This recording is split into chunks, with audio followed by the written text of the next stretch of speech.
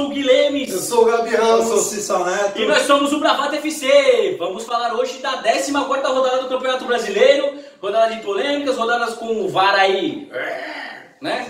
Vamos ter um especial VAR no final, é isso, tá? Vamos começar falando do primeiro jogo da rodada. São Paulo e Santos. O líder foi enfrentar o São Paulo. São Paulo que não chegar no clássico do ano. São Paulo... Há um ano, sim. São Paulo que tava, né? Mas equilibrou o jogo com o Santos. O Santos foi um pouco melhor no primeiro tempo, mas o jogo equilibrado. O Santos saiu na frente, né? O São Paulo voltou pro jogo no segundo tempo. Conseguiu os 3 gols, né? O Santos descontou no gol contra do Raniel. Segundo o amigo meu, o Raniel sempre marca contra o Santos. Marcou de novo. Marcou. Conta como gol. Contou. Acho que o Santos deixou a desejar, jogou abaixo que poderia jogar. Teve mais chutes a gol, mas errou muito mais o alvo, né? Poderia ter se aproveitado dos contra-ataques no primeiro tempo, enquanto estava 0x0 e no 1x0. Voltou, acho que esperando um pouco a reação do São Paulo. O São Paulo achou os gols rápido. E aí ficou difícil buscar depois. São Paulo é um time que marca bem já, né? Tá vindo com essa característica. E a gente não pode esquecer que o Cuca teve 2 semanas para planejar em cima do Santos. É verdade. Isso é importante. São Paulo ganhou, não achei justo, achei merecido até. São Paulo treinou bola parada, conseguiu os gols de bola parada, o Cuca gosta disso. Sim, o Santos conseguiu um gol na sobra e depois um gol contra, né? Criou pouco, achei, porque a gente está acostumado a ver do Santos. E acho que marcou bem o Soteldo, marcou bem o Sanches e dificultou a saída de bola do Santos e marcou os principais jogadores, né? Tanto o Scarpa do lado esquerdo quanto o cérebro do time. Sim. Acho que uma boa vitória para o São Paulo, conseguiu 3 vitórias seguidas, não conseguiu há algum tempo. Perspectivas de melhor para o São Paulo, que ainda tem Vira postulante, é o título, tu acha? Eu acho que briga forte para a Libertadores e tem chance do título. Não é assim, favorito, mas tá no grupo, tá no bolo. Grupo forte. Você olha no papel, um time que tem o Paulo para voltar, o Antony não jogou, é um time que tá crescendo. Daniel Alves, tem o Fran, é verdade, é um time que vai melhorar. É um time que tem tudo para brigar pelo título, mas acho que a Libertadores é meio que obrigação do time. Sim. Tá? Agora vamos falar de Flamengo e Grêmio. Flamengo 3, Grêmio 1. Reservas do Grêmio 1. Reservas do Grêmio 1. Aliás, o Renato Rocha, se tu for pegar quantos jogos ele jogou com reserva, é impressionante. É porque os Grêmio jogam pela Copa do Brasil no meio de semana no primeiro jogo, contra o Atlético Paranaense. É normal até. Mas eu acho uma estratégia muito perigosa ele abrir mão. O Flamengo começou ganhando, gol do William Arão. O Grêmio empatou com um pênalti marcado com a ajuda do VAR, um pênalti que foi, né, o Pablo Mari puxou... Teve um pênalti do Flamengo antes também, no do Henrique. Gol do Rafael Galhardo, por incrível que pareça, né? Ex-Vasco. Eu não canso de ver jogador que eu criticava no Vasco fazer gol nos outros times, é impressionante. Acontece. Né? No segundo tempo, o Flamengo, logo no comecinho, já fez o 2x1, o Bruno Henrique mandou a bola na trave, a Arrascaeta finalizou. E o terceiro gol, um golaço do Everton Ribeiro, que pra mim é, assim como o Sanches no Santos, ele é um cara que faz o time jogar. Não aparece tanto, mas exatamente, ele é menos falado do que Gabigol, do que o Bruno Henrique, mas é um cara que faz o time jogar. E uma vitória importante, que eu acho que o Flamengo estava precisando de uma vitória assim, mais convincente, contra um time grande. Exatamente. Teve N chances de gol e foi muito melhor no jogo. Isso era esperado, né? Em casa, com o time reserva do Grêmio, que não vem em boa fase, nem com o time. E o Flamengo tinha alguns desfalques também, já assinaria melhor o time pra frente. Joga, o time foi pra cima. É isso aí. Agora vamos falar de Atlético Mineiro e Fluminense. Atlético Mineiro e Fluminense. 2x1 para o Atlético. 2x1 para o Atlético. Um jogo muito bom de se ver. Muito bom. Muito bom. Sábado à noite. Se você pega os melhores momentos, dava um 5x3 fácil, assim. O Atlético foi para cima. O Fluminense também foi para cima. Jogo aberto. São Paulo e Santos. Quem fizesse primeiro ia ter a vantagem de depois trabalhar em cima do resultado. O Atlético conseguiu marcar antes, mas o Fluminense teve várias oportunidades de sair na frente também. Fica mais uma vez o segundo gol do Atlético numa saída de bola errada no Nenê, que tem uma qualidade, mas deve ser foi expulso. Uma imposição do técnico, né, para não aquela coisa, exatamente, a situação, né? Mais 2 pontos, mais um ponto o Fluminense acaba perdendo por causa de um erro bobo, vamos dizer assim, né? Mas o Fluminense teve chance de gol, trabalhou bem em várias jogadas. Pra ver, como torcedor, o Fluminense até jogou bem. Sim. O Atlético também jogou bem. Acho que falta concretizar melhor também, aproveitar melhor, né? Às vezes o Fluminense cria e faz um gol pro jogo, 2. Sim. Foi raro. Qual jogo tu lembra que o Cruzeiro que o Fluminense fez 3 gols, 4? Contra o Cruzeiro, aquele 4x1. É que pro torcedor eu acho que é doloroso demais você perder um jogo assim, porque porque saiu tocando forçadamente. Parece que brinca atrás. Exatamente. Por causa técnico. Provavelmente ele. O Oliveira não fazia gol há trocentos jogos, mas perdeu vários também. Até fazer. E falando que você falou que o jogo foi bom, acho que só pra fazer um dentro nessa rodada teve muito jogo bom. Sim. Muito jogo bom. O Santos foi bom, o jogo do Flamengo foi bom, o jogo do Atlético foi bom, o jogo do Palmeiras foi bom. O jogo do Vasco foi horrível. Já vou dar esse spoiler pra vocês aí. Foi ruim de doer. O do Corinthians também não foi muito bom. Até agora foi uma média de 3,2 gols por partida. Sim, mas eu assisti muitos jogos bons. Vamos lá, taca ali pau. Ceará e Chape, 4x1 no Ceará. A Chape, eu acho que Chape, Avaí, CSA, e eu acho que o Goiás, nesse pós-Copa América, tem se mostrado forte, postulando a cair. Sim. A Chape, que não ganha em casa, não vai ganhar fora, né? Que era a força da Chape.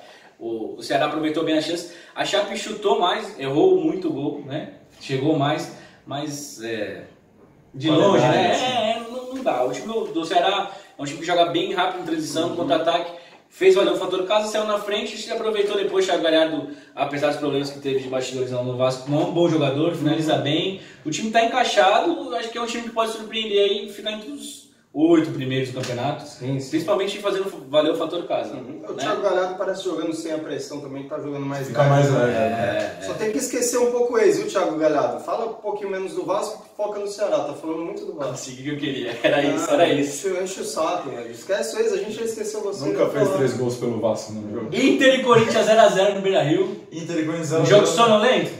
Jogo chato, né? O Corinthians com essa mania de não saber criar, putz, é meio irritante pro torcedor corintiano. Aliás, os dois times muito iguais nesse sentido, né? Nenhum dos dois é de propor jogo. São times de defesa, né? Que jogam sério contra-ataque, né? Marcam bem, só contra-ataque. E aí, quando nenhum dos dois propõe, se você pegar os melhores momentos também, não vai ver praticamente nada. Teve defesa difícil do time? Assim, pra mim, uma chance clara do Júnior Urso no primeiro tempo e uma chance clara do Nico Lopes no segundo tempo. Só. Mas é óbvio que o Inter teve mais volume e tal. Se tivesse que ter um vencedor, talvez seria o Inter, mas não por oportunidades, por posse de bola. Né? Mas o Corinthians terminar um jogo com 4 volantes. É brincadeira. É normal, é típico do Corinthians. Não, o Corinthians está rivalizando aí com a Fiat, com a Volkswagen aí. 4 volantes. Terminar com 4 volantes. E o Inter vê essa maneira do Corinthians jogar e tirou todos os volantes e só colocou meia. Tipo, o Corinthians não incomoda. Isso irrita o torcedor, irrita até quem assiste o jogo. É verdade. Eu tô abrindo aqui rapidinho as estatísticas do Cartola. Foi um jogo onde o goleiro do Inter não fez defesa difícil e o Cássio fez uma. Deve ter sido um jogaço. Foi terrível. Mas é isso, né? O corintiano não tem que se enganar. É G6 ali.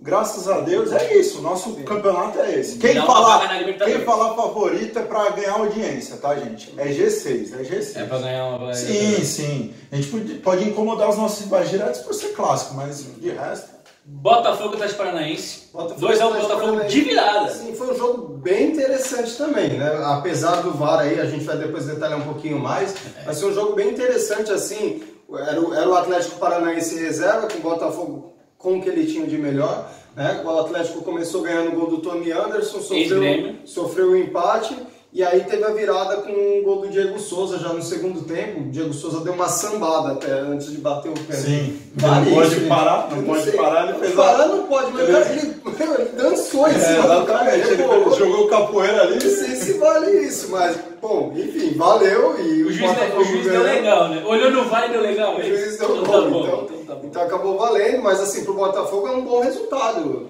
Eu sinceramente não esperava. Vocês que são críticos do Botafogo aí, eu sempre defendi. Eu elogio, inclusive, o trabalho do Barroca. Ele tá chegando, fazendo milagre porque ele tem. Mas ele elogia muito mais o do Thiago Nunes, é verdade.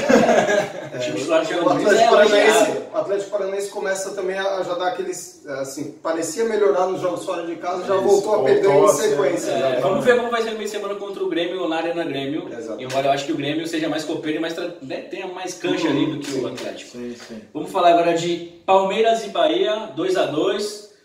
Palmeiras jogou, a minha opinião, jogou como não havia jogado no pós-Copa América. Jogou diferente, com posse de bola. O time do Bahia é um time chato. O Bahia é um time que sai em velocidade, de transição. Não tinha o Arthur, né? Talvez tenha sido falta. O Juninho Vince, titular na zaga, também não jogou. Os dois por serem jogadores do Palmeiras.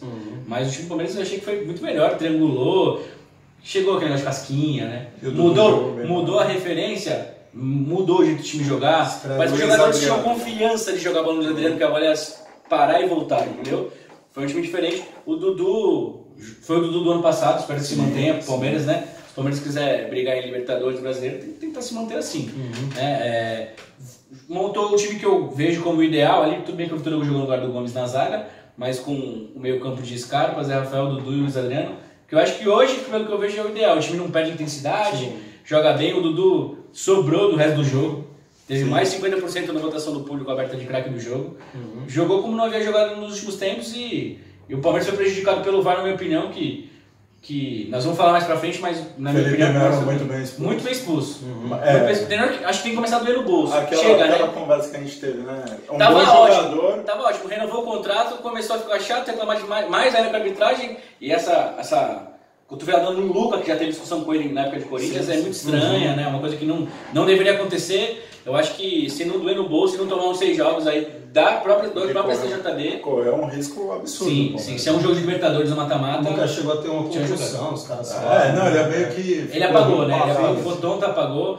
E você vê como o Luca ficou inconformado, porque foi muito desleal. Ele vem com o braço... Ele vem ele não deu o movimento, ele vem com o braço armado. No maxilar do Luca é perigoso ter quebrado, não ter se machucado de forma mais grave.